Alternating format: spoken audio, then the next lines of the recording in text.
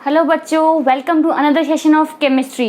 This is Bhavna and welcome to my channel concept clarity in chemistry. आज अपन शुरू कर रहे हैं कंबशन एंड फ्लेम का part third. Combustion and flame chapter है जो अपन पहले शुरू कर चुके थे, उसको अपन पार्ट थर्ड आज पढ़ने जा रहे हैं। पार्ट थर्ड में अपन क्या पढ़ेंगे? Types of fuels. क्या होता है टाइप्स ऑफ फ्यूल्स, यानी कि फ्यूल्स जो हैं वो कितने टाइप के होते हैं। देखिए, solid fuels, liquid fuels and gaseous fuel, तीन टाइप के होते हैं। कितने कौन कौन से? Solid fuels, liquid fuels and gaseous fuels. Solid fuels जो होते हैं, क्या लिखा मैंने? The fuel which occurs in solid state at room temperature. जो फ्यूल जो होते हैं वो रूम टेम्परेचर पर सॉलिड रहते हैं, दैट इज सॉलिड फ्लूइड्स। और जो रूम टेम्परेचर पर लिक्विड रहते हैं, दैट इज लिक्विड फ्लूइड्स। और जो कि रूम टेम्परेचर पर गैसियस रहते हैं, यानी गैस फॉर्म में रहते हैं, उसे हम कह देते हैं गैसियस फ्यूल। क्लियर है? अपन को मतलब रूम टेम्परेचर पर जो उनकी कंडीशन है उसके अकॉर्डिंग अपन ने इसको क्या है, स्टेट्स में डिवाइड कर दिया है।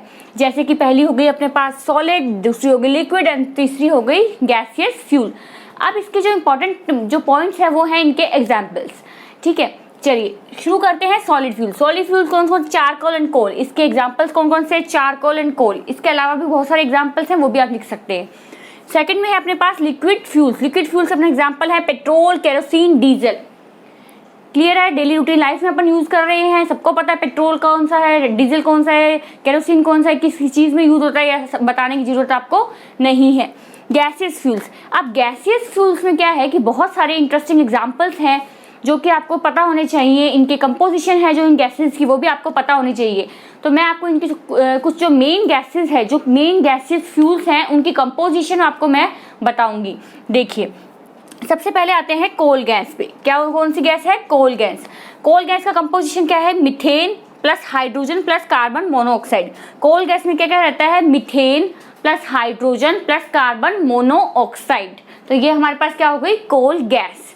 Second one is water gas. Water gas में क्या क्या होता है? Carbon monoxide plus water. Carbon monoxide plus water. और क्या रेशियो रहता है इनका? रेशियो रहता है 1:1, यानी कि दोनों जो है वो सिमिलर रेशियो में होती है। यानी कि दोनों की जो क्वांटिटी जो होती है ना, वो इस गैस में मतलब हाइड्रोजन की कार्बन मोनोऑक्साइड और हाइड्रोजन दोनों की जो क्वांटिटी है वो 1:1 के रेशियो में होती है। दोनों 50-50% होती है। उसके बाद अपना आता है प्रोड्यूसर गैस। प्रोड्यूसर गैस में क्या क्या होता है? Nitrogen plus carbon monoxide. Nitrogen plus carbon monoxide. और ये किस अनुपात में, किस रेशियो में होती है? 2:1। Third one is LPG.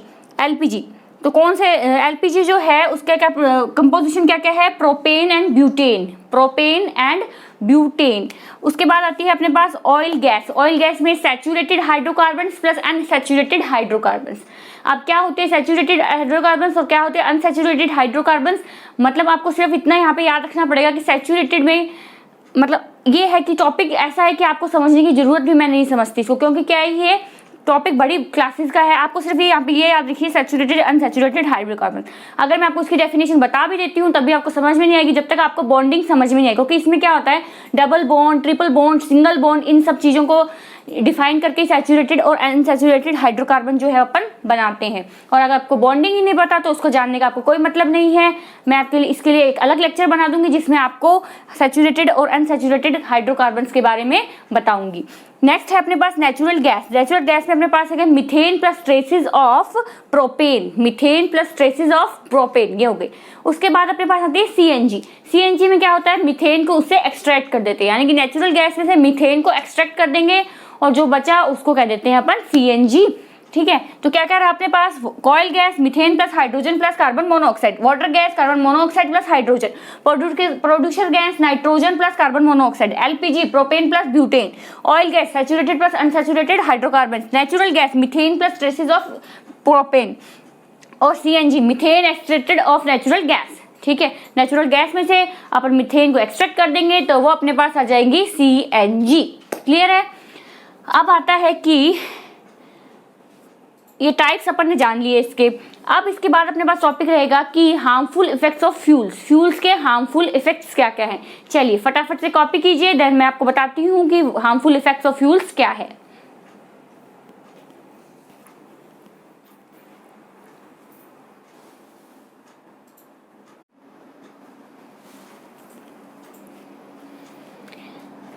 चलिए बच्चों, नेक्स्ट अपना टॉपिक है हार्मफुल इफेक्ट्स ऑफ फ्यूल्स के हार्मफुल इफेक्ट्स। देखिए, एसिड रेन के बारे में आपने पढ़ा होगा कि एसिड रेन होती क्या होती है। एसिड रेन जो अपने जैसे अपन ये पॉल्यूशन होता है, जैसे ऑटोमोबाइल्स चल रहे हैं, व्हीकल्स चल रहे हैं, फैक्ट्रीज चल रही हैं, इन सब में से क्या होता है, जो पोल्यूटेड गैस जो होती हैं वो प्रोड्यूस होती हैं। ठीक है, जैसे कि अपन कार है, मोटर बाइक है, बसेस हैं, इन सब से क्या होगा, पोल्यूटेड गैस प्रोड्यूस होती है। उस गैस के प्रोड्यूस होने से ऑटोमोबाइल्स इंडस्ट्रीज में और घरों में भी अपन यूज करते हैं कई चीजें ऐसी जिससे क्या है वो पोल्यूटेड गैस जो है वो इंक्रीज होती है। मान लो एसी है, फ्रिज है, इनसे भी क्या है CFC वगैरह जो है गैस प्रोड्यूस होती है। अब होता क्या है, इन गैसेस से क्या होता है, मान लीजिए आपके पास ऑटोमोबाइल्स और उससे अपन को मिलती है SO2 गैस होती है, सल्फर डाइऑक्साइड होती है, ठीक है, और एक नाइट्रोजन डाइऑक्साइड। ये दो पॉल्यूटेड गैसेस जो होती हैं अपने पास आती हैं, किससे, अपने द्वारा, मानव द्वारा, ह्यूमंस द्वारा जो अपन भी यूज करते हैं उन चीजों से अपन को क्या मिलती है, दो पॉल्यूटेड गैस आती है, SO2 और NO2, सल्फर डाइऑक्साइड और नाइट्रोजन डाइऑक्साइड। जब अपनी पूरी पोल्यूशन की जो प्रोसेस होती है उनसे जो गैसेस अपन को मिलती है, और ये जो गैसेस होती हैं ये जो अपने चारों तरफ वाटर की जो सराउंडिंग वाटर है, ह्यूमिडिटी है, उनसे क्या करती है,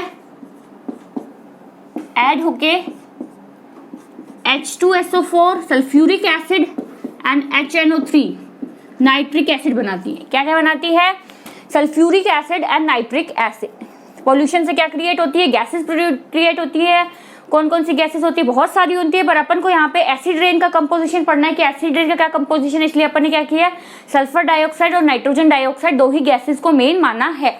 अब इसमें हुआ क्या, सल्फर डाइऑक्साइड जो होती है वो अपने चारों तरफ जो मॉइस्चर होता है उससे रिएक्ट करके सल्फ्यूरिक एसिड बनाती है, और नाइट्रोजन डाइऑक्साइड जो होती है मॉइस्चर से रिएक्ट करके नाइट्रिक एसिड बनाती है। क्या क्या बना है, सल्फ्यूरिक एसिड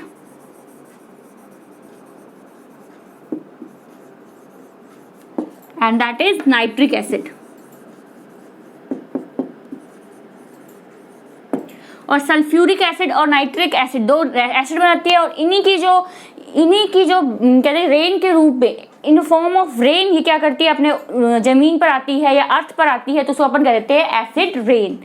क्या होता है, जितनी भी गैसेस है पोल्यूशन के थ्रू, जो अपन पोल्यूशन करते हैं उस पोल्यूशन से वो गैसेस क्या है एटमॉस्फेयर में आती हैं, सल्फर डाइऑक्साइड, नाइट्रोजन डाइऑक्साइड, और फिर जो अपने मॉइस्चर होता है उससे मॉइस्चर से रिएक्ट करने के बाद से सल्फ्यूरिक एसिड और नाइट्रिक एसिड बना लेती हैं, और सल्फ्यूरिक एसिड और नाइट्रिक एसिड के रूप में ही अपन को रेन के रूप में मिलती है, जिसे अपन कह देते हैं एसिड रेन, जिसे अपन कह देते हैं एसिड रेन।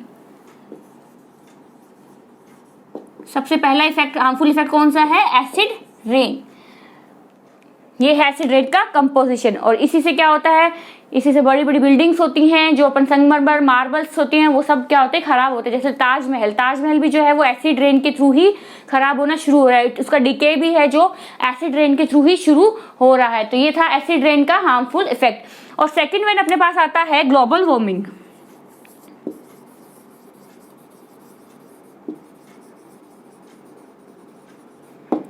ग्लोबल वार्मिंग जो है वो भी एक पोल्यूशन के थ्रू ही होता है, ठीक है। अपन व्हीकल्स ले रहे हैं, आजकल क्या है, कितने सारे व्हीकल्स हो गए हैं। पहले के टाइम में सब लोग बसेस में सफर करते थे क्योंकि सबके पास व्हीकल्स नहीं थे। आजकल क्या है कि एक घर में 3-3 व्हीकल्स खड़े हैं, तो वो क्या है, जितना ज्यादा व्हीकल्स है उतना ज्यादा पोल्यूशन हो रहा है, जितना ज्यादा पोल्यूशन है उतना ही ग्लोबल वार्मिंग का जो खतरा है अपने पर बढ़ता जा रहा है। टेम्परेचर जो है वो, यानी ग्लोबल वार्मिंग जैसे मौसम का कभी भी सर्दी में गर्मी हो जाना, गर्मी में सर्दी हो जाना, मतलब सडन मौसम चेंज हो जाता है, सडन बारिश होने लग जाती है, सडन हीट होने लग जाती है, तो वो है ग्लोबल वार्मिंग के कारण। वो उसका मेन रीजन क्या है, रीजन है ह्यूमन बींग्स, क्योंकि ह्यूमन बींग्स ही हैं जो ऐसी चीजों को यूज कर रहे हैं। लाइक पहले के टाइम में क्या होता था, अगर लाइट चली गई है या फिर कह दीजिए लाइट चली गई है तो लोग पेड़ों के नीचे जाकर बैठ जाते थे। आज के टाइम में हीट इतनी हो गई है कि पेड़ों के नीचे जाकर भी अपन को यूं नहीं लगता कि कोई हवा चल रही है। क्यों? क्योंकि वो अपन ने शुरू किया, एसी अपन ने चलाने शुरू किए, कूलर्स अपन ने चलाने शुरू किए। आज क्या है कि हर घर में 5-5, 6-6 एसी हैं, जिसके कारण क्या है, जो पोल्यूशन जो है वो इंक्रीज होता जा रहा है। और ऐसे ही व्हीकल्स हैं, व्हीकल्स भी काफी बढ़ गए हैं, जिससे कि पोल्यूशन इंक्रीज हो रहा है। और उसके इंक्रीज होने से जो टेम्परेचर है, अर्थ का टेम्परेचर है, वो भी इंक्रीज हो रहा है। तो दैट इज ग्लोबल वार्मिंग, इसे हम कह देंगे ग्लोबल वार्मिंग। और ये भी किसके कारण होती है, पॉल्यूशन के कारण होती है, उन गैसेस के कारण होती है, जो हार्मफुल गैसेस हैं जो अपन यूज करते हैं चीजें, उनसे जो प्रोड्यूस हो रही है। तो वो ये हो गए हार्मफुल इफेक्ट्स ऑफ फ्यूल के जलने के हार्मफुल इफेक्ट्स। चलिए कॉपी कीजिए, फिर मैं आपको बताती हूँ how we control fire. Copy कीजिए।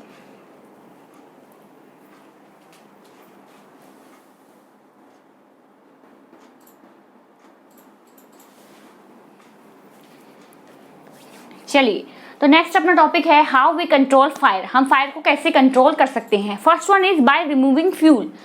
मान लीजिए आपके किसी कमरे में आग लग गई है या फिर आपके घर में आग लग गई, तो सबसे पहला स्टेप आप क्या करेंगे, जो फ्यूल्स हैं यानी कि एलपीजी हो गया, अगर आपके पास केरोसिन है या पेट्रोल है, ऐसा कुछ भी है जो कि फायर को ज्यादा प्रोड्यूस कर सकता है, फायर को और ज्यादा बढ़ा सकता है, उनको सबसे पहले अपन घर से बाहर निकालेंगे। तो क्या हुआ, बाय रिमूविंग फ्यूल्स को अपन सबसे पहले घर से बाहर निकालेंगे, जिससे क्या है कि अगर उन फ्यूल्स में पहले ही आग लगी हुई है, अगर उन फ्यूल्स के थ्रू और आग बढ़ गई तो क्या है कि ये खतरा जो है वो बढ़ता जाएगा, हार्मफुल जो है वो इफेक्ट बढ़ता जाएगा। इसलिए सबसे पहले हम क्या करेंगे, रिमूव करेंगे किसको, फ्यूल को। ठीक है। Second one is by removing heat. क्या है, बाय रिमूविंग हीट। क्या करेंगे, जहां पे भी आग लगती है अपन वहां पे पानी डालते हैं, पानी डालने से क्या होता है, हीट जो है वो रिमूव हो जाती है। लाइक फायर ब्रिगेड क्या करती है, कहीं पे भी होटल्स में, घरों में, कहीं पे भी आग लगती है, फायर ब्रिगेड तुरंत आकर वहां पर पानी डालती है। पानी से क्या होता है, हीट जो है वो रिमूव हो जाती है, ठीक है, ठंडी हो जाती है, तो जिससे क्या है कि आग जो है वो बुझ जाती है।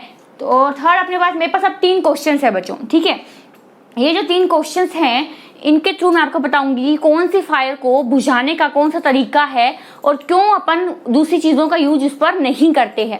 लाइक फर्स्ट क्वेश्चन मेरे पास है, why should we not thrown water on a petrol fire और ऑयल फायर।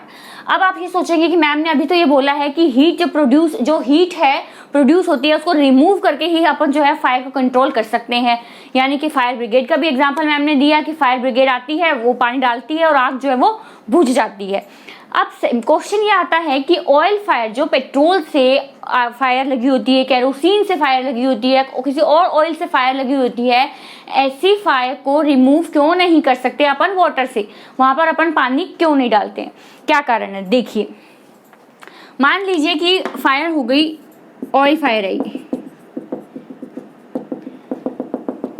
ऑयल फायर है, क्या हुआ, मान लीजिए कि आपके कोई सिलेंडर नहीं, कहते बर्नी पड़ी है पूरी, ठीक है, कोई बर्नी पड़ी है आपकी जिसके ऊपर फायर लग गई है, या फिर आपको कोई भी बर्नी बाहर गार्डन में पड़ी है, उस पर क्या हुआ, कोई मैच स्टिक आकर गिरी और उसके गिरने से क्या है कि वो बर्नी फट गई और वहां पे जो है आग लग गई। आग जब लग गई है तो उसके ऊपर आप पानी नहीं डालेंगे। क्यों नहीं डालेंगे, जो वाटर जो होता है वो हैवी होता है, किससे, ऑयल से। वाटर जो होता है वो हैवी होता है ऑयल से, water heavier than oil, heavier than oil. ठीक है, होगा क्या, अपन ऑयल से प्रोड्यूस हुई आग के ऊपर क्या डालेंगे, वाटर डालेंगे, तो वाटर जो है वो नीचे बैठ जाएगा। मान लीजिए ये ऑयल से प्रोड्यूस आग है, आपने इसमें वाटर थ्रो किया, वाटर थ्रो करने के बाद वो वाटर जो है वो ऑयल के नीचे आकर अपनी एक परत बना लेगा, वो इसके ऊपर नहीं रहेगा और नीचे परत बना लेगा, और जो ऑयल है वो इसके ऊपर पहले की तरह फ्लोट होता रहेगा, ऑयल उसके ऊपर फ्लोट हो रहा है और आग जो है वो बढ़ जाएगी। क्या होगा, वाटर जो है वो हैवी है और जो ऑयल है वो लाइट वेट है कंपैरिजन टू वाटर। ठीक है, अब अपन ने क्या किया, अपन ने अगर कोई वाटर से ऑयल से जो आग लगी है उसके ऊपर अपन ने वाटर डाल दिया, क्योंकि क्या होता है उस टाइम पे अपन को कुछ भी समझ में नहीं आता है, और नॉर्मली जो है सबके माइंड में मिसकंसेप्शन ये होता है कि कोई तरीके की भी आग हो उसके ऊपर वाटर डाल दो वो बुझ जाती है, जबकि ऐसा नहीं होता है। क्या होता है, ऑयल से प्रोड्यूस की हुई जो होती है फायर होती है उसको अपन कभी भी वाटर से बुझाने की कोशिश नहीं करेंगे, वाटर से एक्सटिंग्विश करने की कोशिश कभी भी नहीं करेंगे, क्योंकि वाटर जो है वो हैवी होता है, ऑयल जो है वो लाइट वेट होता है कंपैरिजन टू वाटर। वाटर क्या करता है, नीचे आके जम जाता है, ऑयल के नीचे जाकर वो अपने एक सतह जो होती है, एक सरफेस जो होती है वो ले लेता है, और ऑयल जो है वो वाटर के साथ मिक्स हो जाता है और वो क्या है कि ऊपर वाटर के ऊपर फ्लोट होने लगता है। अब इस फ्लोटिंग से क्या होता है कि फायर जो है वो एक तरीके से दूसरी तरफ फ्लो होने लग जाएगी। फायर भी क्या है, वो जो पानी जो है, जो ऑयल जो है उसके साथ फायर भी फ्लो होने लगेगी और ये क्या है, बढ़ जाएगी। तो इसीलिए हम हमेशा याद रखेंगे कि कभी भी ऑयल से प्रोड्यूस की हुई जो फायर होती है, अगर कोई भी ऑयल से प्रोड्यूस, केरोसिन से, पेट्रोल से कभी भी आग लगे तो उसमें हम कभी भी पानी नहीं डालेंगे। तो क्या करेंगे, उसमें हम मिट्टी का यूज करेंगे, आप उसमें सॉइल का यूज करेंगे, सॉइल लाकर डालेंगे तो वो ऑब्वियसली, क्योंकि सॉइल जो है वो उसको ऑब्जर्व कर लेगी और वहां पे खत्म हो जाएगी फायर। तो आप उस पर क्या करेंगे, ऑयल से प्रोड्यूस की हुई फायर के ऊपर वाटर नहीं डालेंगे, सोइल डालेंगे। सेकंड क्वेश्चन अपने पास आता है, why should we not throw on water on a electric short circuit. ये तो आपको पता ही होगा, अगर मान लीजिए शॉर्ट सर्किट हुआ है, वहां पे आग लग गई, तो आप कभी भी उसको वाटर नहीं डालेंगे, क्योंकि वाटर जो होता है, जो ऑर्डिनरी वाटर है वो कंडक्टर होता है इलेक्ट्रिसिटी का। अपन उसमें पानी डालेंगे और वो क्या है कि शॉक के थ्रू अपन को पकड़ लेगा। तो इसलिए अगर इलेक्ट्रिसिटी शॉर्ट सर्किट से आग लगी है तो उसमें भी आप वाटर नहीं डालेंगे, क्योंकि वाटर जो होता है, ऑर्डिनरी वाटर जो है वो गुड कंडक्टर है इलेक्ट्रिसिटी का, और इलेक्ट्रिसिटी का कंडक्टर है तो वो आपको शॉक देगा। Third question is, why should we cover a burning person in the blanket as a first aid. कोई भी पर्सन है, मान लीजिए कोई पर्सन है, उसमें उसको आग लग गई, उसके हाथ पैर सब जलने लगे, तो आप क्या करेंगे, उसके ऊपर ब्लैंकेट डालेंगे। क्यों डालेंगे ब्लैंकेट, क्या कारण है? मैंने आपको कंबशन की डेफिनेशन पढ़ाई थी, तो मैंने आपको बोला था कोई भी रिएक्टेंट जो होता है ऑक्सीजन से रिएक्ट करके बाद ही वो क्या करता है, फायर प्रोड्यूस करता है, हीट प्रोड्यूस करता है, एनर्जी प्रोड्यूस करता है। अगर उसके पास ऑक्सीजन रहेगी ही नहीं तो क्या, मैंने आपको एग्जाम्पल भी बताया था, वो अपन ने चिमनी वाले 3 एग्जाम्पल्स पढ़े थे, एक में ऑक्सीजन जा ही नहीं रही थी तो वहां पे फायर प्रोड्यूस हुई ही नहीं थी। तो अपन क्या करेंगे, अगर कोई पर्सन को आग लग गई है तो अपन उसके ऊपर ब्लैंकेट डालेंगे, जिससे क्या है कि ऑक्सीजन का जो सप्लाई है वो अपन कट कर देंगे। ऑक्सीजन का सप्लाई कट होने से वो आग जो है वो बुझ जाएगी और वापस बढ़ेगी भी नहीं। इसके लिए आपने कंबशन की मैंने डेफिनेशन एसेंशियल जो मैंने बताया था, ऑक्सीजन बहुत ही एसेंशियल है फायर के लिए। अगर ऑक्सीजन जो है उसे मिल ही नहीं पाएगी, अगर अपन ब्लैंकेट उसके ऊपर डाल देंगे तो उन दोनों के बीच में कोई भी स्पेस नहीं रहेगा, ऑक्सीजन कहीं पे भी होगी नहीं, तो जो फायर है वो बुझ जाएगी, आग जो है वो बुझ जाएगी। तो ठीक है, क्या पढ़ा अपन ने आज, बाय रिमूविंग फ्यूल। सबसे पहले आप फ्यूल रिमूव करेंगे। अगर वहां पे जहां पे भी जिस भी एरिया में आग लगी है उस एरिया में कोई और बर्निंग फ्यूल पड़ा है, like kerosene, petrol, diesel, LPG, कुछ भी पड़ा है, तो आप सबसे पहले उसको रिमूव करेंगे ताकि वो आग जो है वो बढ़ ना जाए। Second one is by removing heat को रिमूव करेंगे। फायर ब्रिगेड एग्जाम्पल है इसका, कहीं पे भी आग लगती है, फायर ब्रिगेड आती है, पानी डालती है और आग वो बुझ जाती है, तो हीट रिमूव हो जाती है। नेक्स्ट मेरे पास क्वेश्चन था, why should we not throw water on a petrol fire और ऑयल फायर और पेट्रोल फायर पे हम पानी क्यों नहीं डालते हैं? क्योंकि जो वाटर होता है वो ज्यादा हैवी होता है, किससे, ऑयल से, तो वो उसकी सतह पर नीचे जाकर जम जाता है, और जो ऑयल होता है वो ऊपर फ्लोट होने लगता है, जिससे कि आग जो है वो आगे की तरफ बहने लगती है। तो इसलिए एक ऑयल से प्रोड्यूस की फायर पर हम कभी भी वाटर नहीं डालेंगे। Second question is, why should we not throw water on a electric short circuit fire. Electric short circuit जो फायर होती है उस पर हम वाटर क्यों नहीं डालेंगे? क्योंकि ऑर्डिनरी वाटर जो होता है वो गुड कंडक्टर होता है इलेक्ट्रिसिटी का। अगर वो फायर है, उस स्विच वगैरह पे किसी से भी लग चुकी है, शॉर्ट सर्किट से लग चुकी है, अपन उस पर पानी डालेंगे तो उससे क्या है कि शॉक होगा और हमें इलेक्ट्रिसिटी शॉक लगेगा, इलेक्ट्रिसिटी करंट हमें लगेगा। Next question and last question है, why should we cover a burning person in the blanket as the first aid. एक बर्निंग पर्सन को हम फर्स्ट एड के रूप में, फर्स्ट एड सबसे पहले, अगर कोई भी व्यक्ति जल रहा है तो हम सबसे पहले उसके ऊपर जाकर कंबल गिरा देते हैं, ब्लैंकेट गिरा देते हैं। क्यों, क्या कारण है? कारण मैंने आपको बताया है कि उससे कि अपन को ऑक्सीजन सप्लाई जो होती है वो कट करनी होती है, इसलिए अपन क्या करते हैं, इसमें उसके साथ बर्निंग पर्सन के ऊपर ब्लैंकेट डाल देते हैं। चलिए नोट डाउन कीजिए, फिर मैं आपको बताती हूँ कुछ क्वेश्चंस इस चैप्टर से रिलेटेड। चलिए कॉपी कीजिए।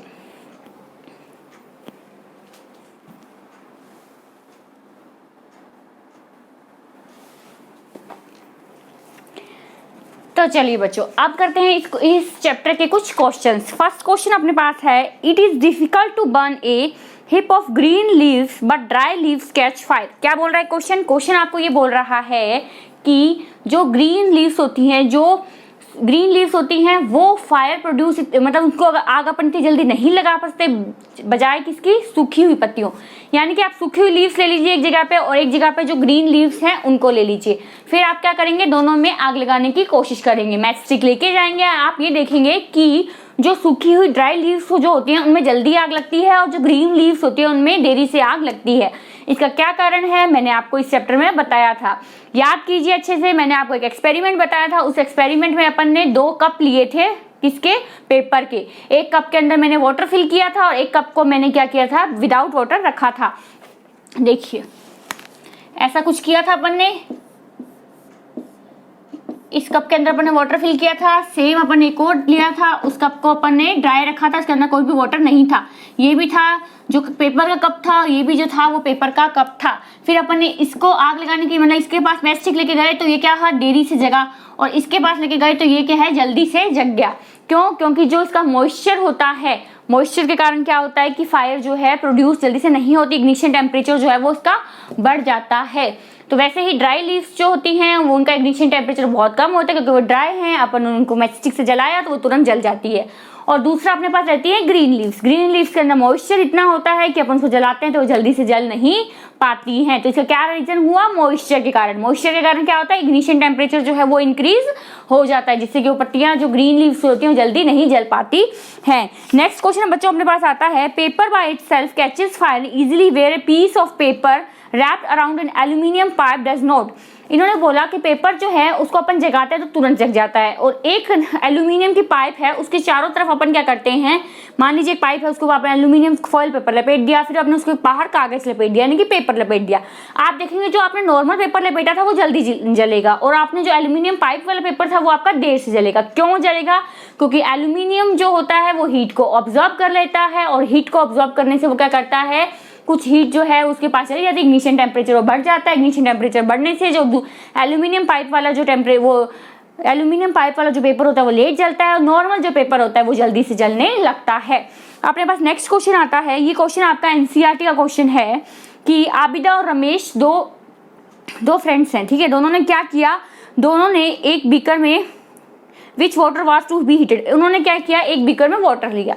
अब एक ने तो क्या किया, मैंने आपको जोन्स बताई थी, एक बार इसको रब कर, चलिए इधर बता देती हूँ। ये थी अपनी जोन्स 1, 2 एंड 3। अब क्या किया, इन्होंने बोला है कि आबिदा ने क्या किया, आबिदा ने येलो पार्ट में क्या किया, यहाँ की तरफ उसने क्या किया, बीकर को रखा।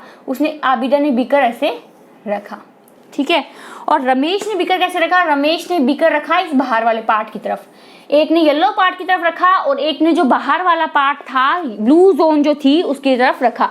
अब क्वेश्चन अपने से ये पुट किया गया है कि आप ये बताइए कि दोनों में से कौन सा बीकर जो है उसका वाटर जो है वो जल्दी गर्म होगा, कौन से बीकर का वाटर है जो जल्दी गर्म होगा।